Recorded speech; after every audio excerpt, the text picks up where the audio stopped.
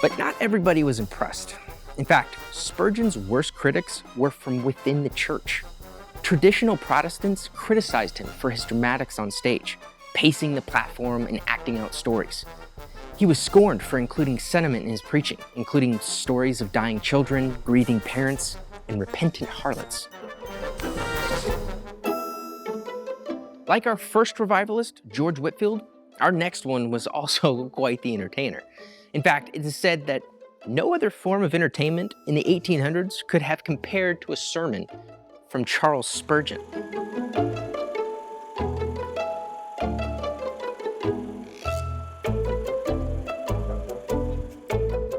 Many may recognize his name, but I bet you didn't know that he was one of Victoria England's most controversial preachers for being vulgar.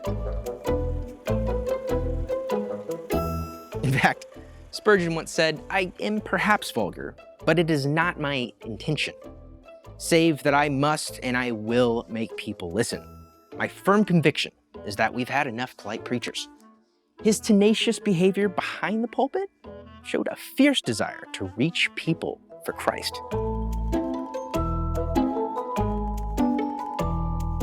It was this month in history, on May 3rd, 1850, a 15-year-old Charles Spurgeon made his public profession of faith in Jesus Christ. He preached his very first sermon at the age of 16 the following year and didn't stop preaching until his death 42 years later.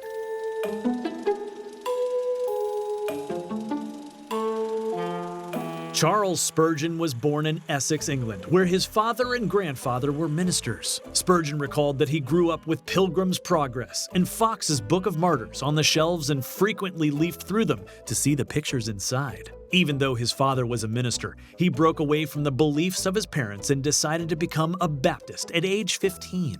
He had, in fact, been struggling with his faith, alternating between searching for God and running away from the church. Then, one morning, a severe blizzard forced him from attending his own church and into the first church he could find, a primitive Methodist chapel started by the Wesley brothers. Spurgeon said of the man delivering the sermon that he was really stupid and could not even pronounce the words rightly, but somehow still caused Charles to look deeply into his own beliefs about salvation, including infant baptism. Even though he recalled the preacher as an imbecile, Spurgeon later said the preacher had looked directly at him and said, "Young man, you look very miserable. You always will be miserable in life and in death if you don't obey, but if you obey now, this moment, you will be saved." Spurgeon later wrote, "Between 10:30 when I entered that chapel and 12:30 when I returned home, what a change had taken place in me." Later, Spurgeon wrote, "That was the day he was saved." After his conversion, Spurgeon searched for a congregation in line with his new beliefs. 4 months later, he was baptized and joined the Baptist church. His mother said that she had always prayed for him to find God, but didn't pray that he'd become a Baptist. Although Spurgeon remained a Calvinist, he gladly took the name Baptist as well. According to Spurgeon, his belief was simple. It was Jesus Christ. Spurgeon began preaching in the rural town of Cambridgeshire, England. His energy and verbal mastery grew his congregation until his small church was bursting at the seams. Spurgeon would use a simple outline and would speak extemporaneously. It was said that he had an amazing memory, and word got around about Spurgeon's fantastic preaching style. Many reports say that he had a great energy when he spoke, having a great tone and quality to his voice.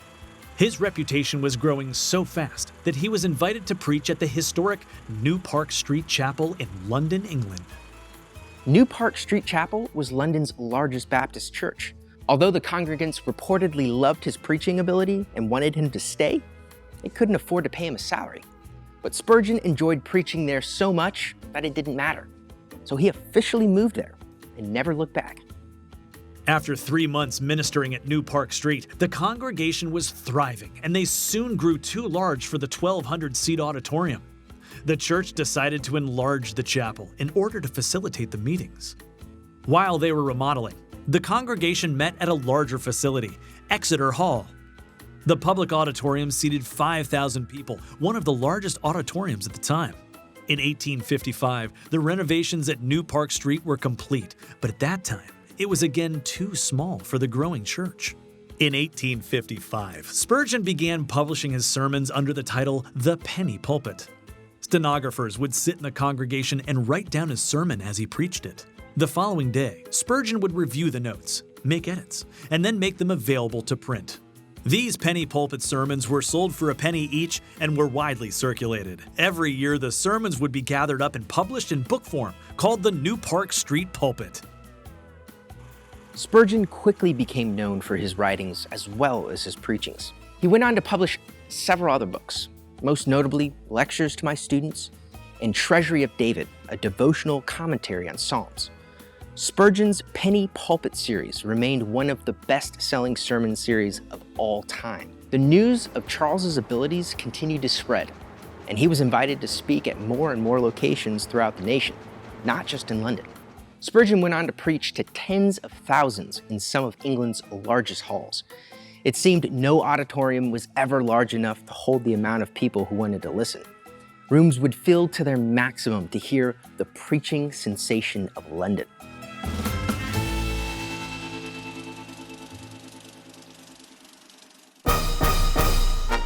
In 1861, his congregation, which kept constantly expanding, moved to the new Metropolitan Tabernacle, which seated 5,600, the largest church in London at the time. His ministry grew by leaps and bounds, resulting in the founding of 66 parachurch ministries. As his ministry grew in financial success, he continued to give more and more to the church. By the age of 27, Spurgeon had donated more than a third of the $3.6 million required for the construction of the Metropolitan Tabernacle himself. He didn't take a salary from the church, but earned money from the sale of his sermons and books. His sermons and writings were such a success, the London Times and the New York Times began publishing his sermons. But not everybody was impressed. In fact, Spurgeon's worst critics were from within the church. Traditional Protestants criticized him for his dramatics on stage, pacing the platform and acting out stories. He was scorned for including sentiment in his preaching, including stories of dying children, grieving parents, and repentant harlots. Those who took offense started calling him the Exeter Hall demagogue and the pulpit buffoon. In response, Spurgeon said, "I am perhaps vulgar, but it is not intentional. My firm conviction is that we have had enough polite preachers." People were also critical of his unapologetic evangelism. When people would question his creed, Spurgeon simply replied, "It is Jesus Christ." Perhaps the thing that made Spurgeon loved and hated was the way he spoke. He had the ability to make things simple. Reports say that he always spoke plainly. He tried to make the gospel simple, not some high society theological debate. Spurgeon insisted that we must not put the fodder on a high rack by our fine language, but use a great plainness of speech.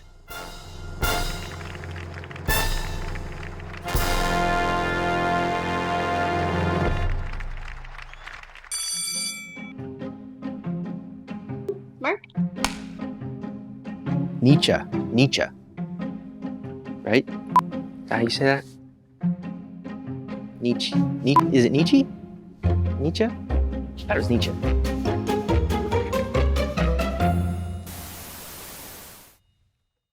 One notable sermon was on Acts 26:28, when he said, "Almost persuaded to be a Christian is like a man who is almost pardoned, but was hanged. Like the man who was almost rescued, but he was burned in the house. A man that is almost saved is damned." Spurgeon had serious conviction in his beliefs, which eventually caused quite the controversy. In 1864, Spurgeon preached a sermon titled Baptismal Regeneration, which objected to Anglican teachings on the sacramental power of infant baptism. The transcribed version sold more than 350,000 copies. His outspoken attack on core Anglican theology caused a huge divide in the church. Spurgeon later decided to leave the Evangelical Alliance because of the falling out that ensued. Spurgeon was not afraid to take on controversial topics that he felt to be heretical. Spurgeon publicly reprimanded other ministers for downgrading the faith during such a pivotal time in philosophical thought. Darwin had just published his book, Origin of the Species, and the idea of evolution was starting to spread. To make matters worse, Nietzsche was teaching that God was dead and to reconsider traditional faith and religion. This caused Christians all across Western civilization to reevaluate their beliefs. Spurgeon saw this tidal wave of secular thought sweeping Europe and warned church leaders of its consequences. He advocated for the essentials of the faith and proclaimed them loudly. In his monthly publication, The Sword and the Trowel, Spurgeon said, "Our warfare is with men who are giving up on the atoning sacrifice, denying the inspiration of Holy Scripture, and casting slurs upon justification by faith." Watching people lose sight of the authority, inspiration, and inerrancy of the Bible broke Spurgeon's heart. As many believers began rejecting the resurrection of Christ, Spurgeon would not go silently. When the Baptist Union would not heed his advice to draft a statement of faith, he decided to resign from his position. When he resigned his post, he was censored by the denomination. Spurgeon, however, saw the future of a secular society and the ramifications for not standing up against it.